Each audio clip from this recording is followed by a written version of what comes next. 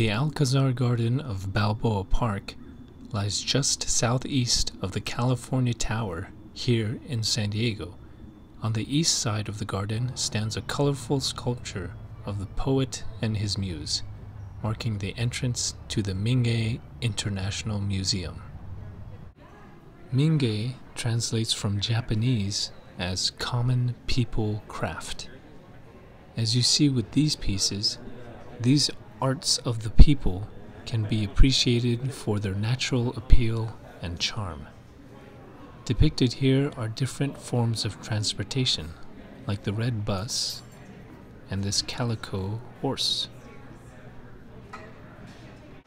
In the 1920s, everyday objects like these plates, cups, and vases were recognized by the philosopher Soetsu Yanagi to have their own simple, intrinsic art. See how this crepe silk haori, or jacket, has finer details including cranes, trees, and carp. Modern Hawaiian print shirts use this art style. The Japanese tea ceremony dates back to the 9th century. These bowls, cups, and utensils are all carefully crafted. In particular are the tea whisks at the top.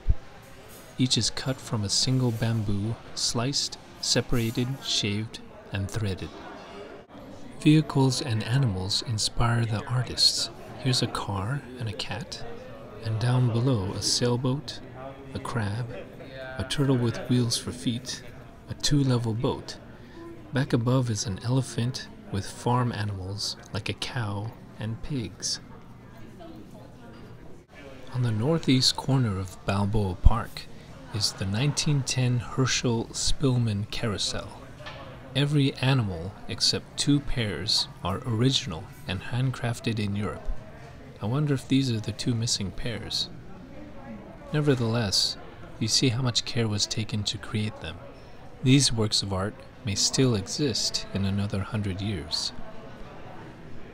For the Day of the Dead, a solemn funeral procession, and a skeleton riding a banana. Soetsu Yanagi believed the quality of life could be gauged by examining a country's folk crafts, like this flag quilt of countries around the world. Look at the writing and artwork on this winnow or scoop for sifting through edible parts of grain. A variety of assorted Mexican and Japanese hair combs. The COVID-19 pandemic has made us accustomed to wearing masks.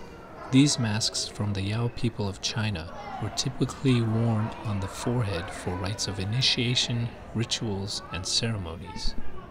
The life-size figures here are made out of papier-mâché and stylized to represent a traditional Mithila wedding party of Bihar, India. Notice the fine detail on the edges of the garments.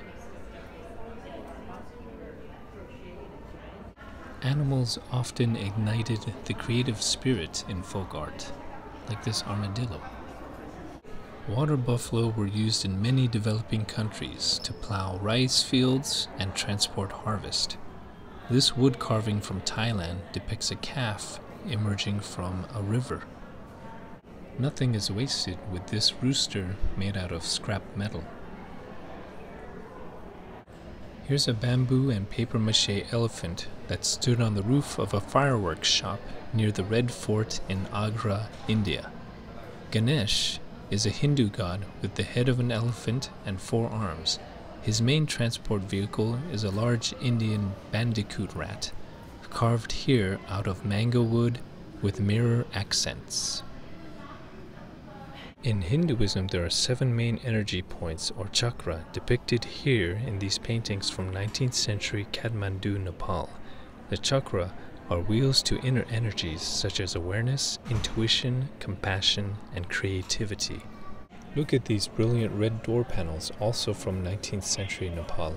The god of wealth Jambhala on the left and the protector of wisdom Mahakala on the right. Different types of masks were worn for celebration and rituals.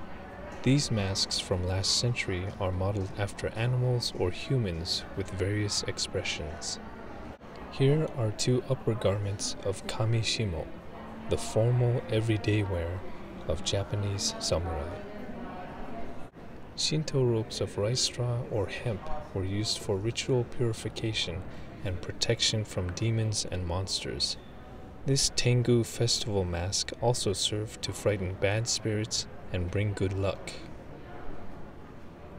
These thin cotton towels from Japan provide a blank canvas to express the variety and creativity of printed design on everyday items.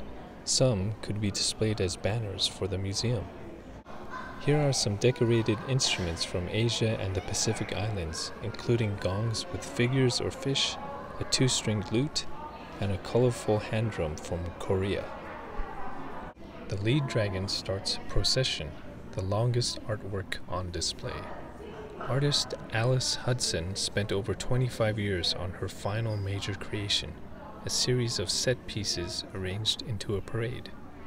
You'll notice almost every group has children, some more disturbing than others. For example, this pickpocket seems to be kidnapping children. At least Mrs. Ogre looks more natural with her babies. The witch may be training kids to fly on her broom, and the farmer carries his grain harvest with kids on a cart beside. There are giant bugs, kids riding coffins, coal miners walking. After the shepherd and his flock, at the very end, there's always a straggler. Beads are used on these South African dolls and headdress as a limited form of personal expression, and more importantly, to unify and connect communities together. This carousel horse was made at the Minge Museum by Rosendo Carrillo de la Rosa and family. The patterns are intricate and colorful. The glass beads on this globe allude to the crafts of common people that tie us together across all nations, beliefs, and borders. We are all part of the human race and must endeavor to trust, accept, and appreciate one another as inhabitants of our planet Earth.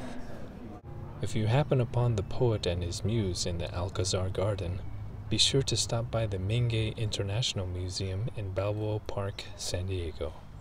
Thanks for watching the San Diego Review.